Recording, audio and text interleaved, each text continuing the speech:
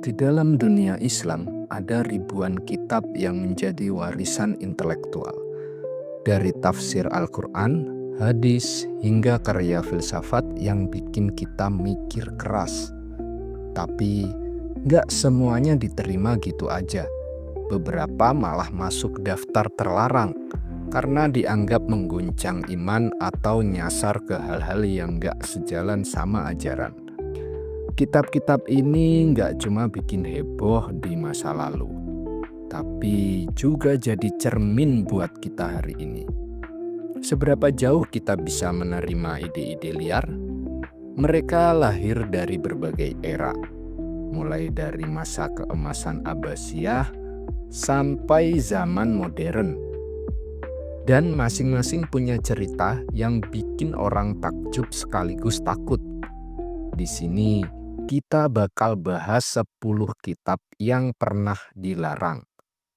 Apa isinya? Kenapa sampai jadi bahan debat besar? Dan apa yang bisa kita petik dari situ?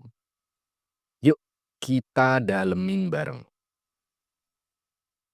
Yang pertama, Syam al-Ma'arif, yang ditulis oleh Ahmad al-Buni. Ditulis sekitar abad ke-13 tanpa tanggal yang pasti, yang berarti matahari pengetahuan. Adalah karya mistik Ahmad al-Buni, seorang sufi yang terobsesi sama ilmu huruf atau hurufiah dan numerologi. Dia ngajarin cara bikin jimat sama mantra pakai Asmaul Husna, lengkap dengan diagram dan rumus-rumus aneh yang katanya bisa nyambungin manusia sama kekuatan ilahi. Al-Buni hidup di masa ketika tasawuf lagi rame. Dan dia coba gabungin spiritualitas Islam sama tradisi esoteris dari budaya lain. Kayak alkimia Arab sama mistisisme Timur Tengah. Isinya detail banget. Ada tabel numerik, pola huruf, sampai petunjuk buat ritual tertentu. Bikin pembaca ngerasa masuk ke dalam dunia yang lain. Tapi, cara penyampaiannya yang penuh simbol ini malah bikin orang takut salah langkah. Kontroversi yang ditimbulkan dari buku ini adalah ulama mainstream bilang ini sihir murni. Yang jelas dilarang dalam Al-Quran. Karena ngandelin kekuatan huruf dan angka lebih dari sekedar doa atau tawakal.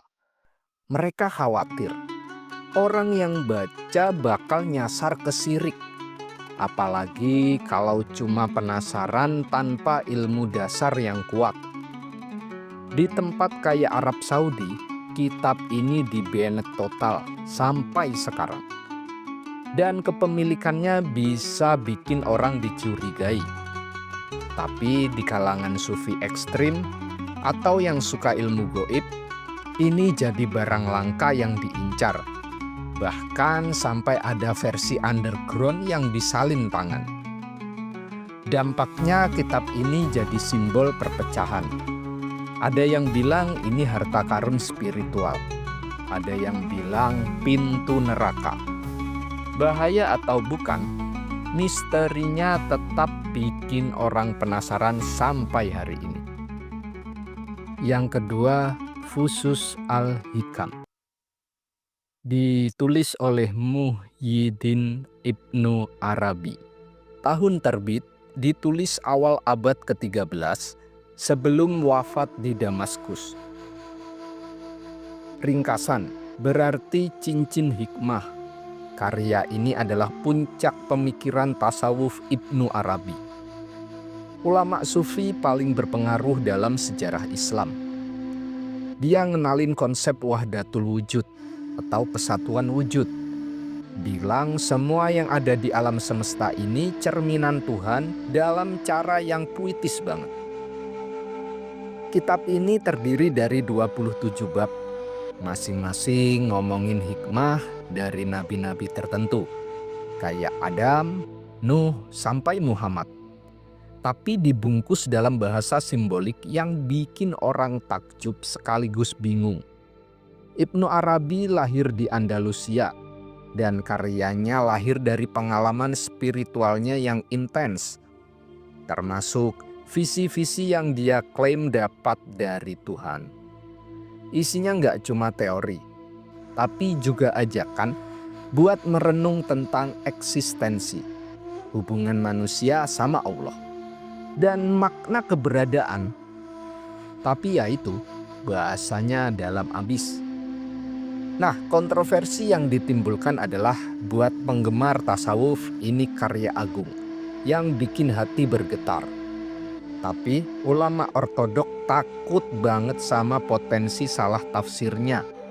Mereka bilang ide wahdatul wujud bisa disalahartikan sebagai panteisme, nyamain Tuhan sama ciptaan, yang bisa nyasar ke kufur kalau nggak dipahami dengan ilmu yang matang.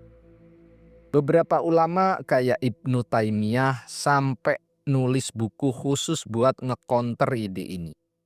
Bilang baca fusus bisa bikin iman goyah, apalagi buat pemula. Tapi di sisi lain pengaruhnya luar biasa. Sampai ke filsafat barat kayak Spinoza, dan di kalangan sufi Ibnu Arabi jadi Syekh Akbar atau guru besar. Jadi ini kayak yang bikin orang takjub sekaligus takut. Tergantung sudut pandangnya.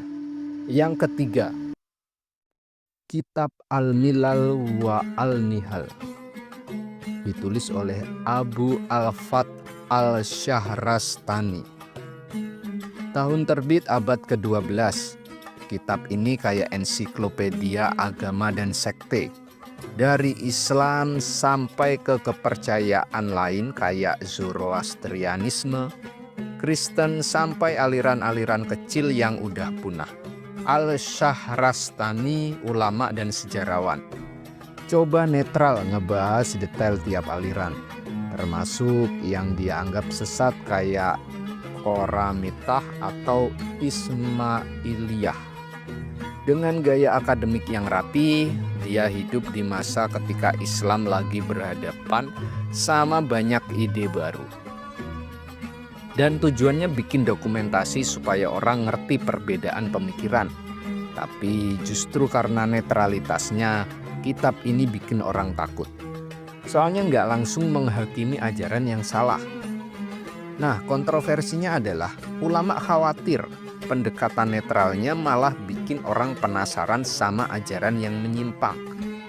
Apalagi yang baca nggak punya dasar akidah yang kuat. Misalnya dia ngebahas sekte-sekte Syiah atau kelompok ekstrim tanpa bilang ini salah secara eksplisit. Yang bikin orang takut ide-ide itu malah jadi inspirasi.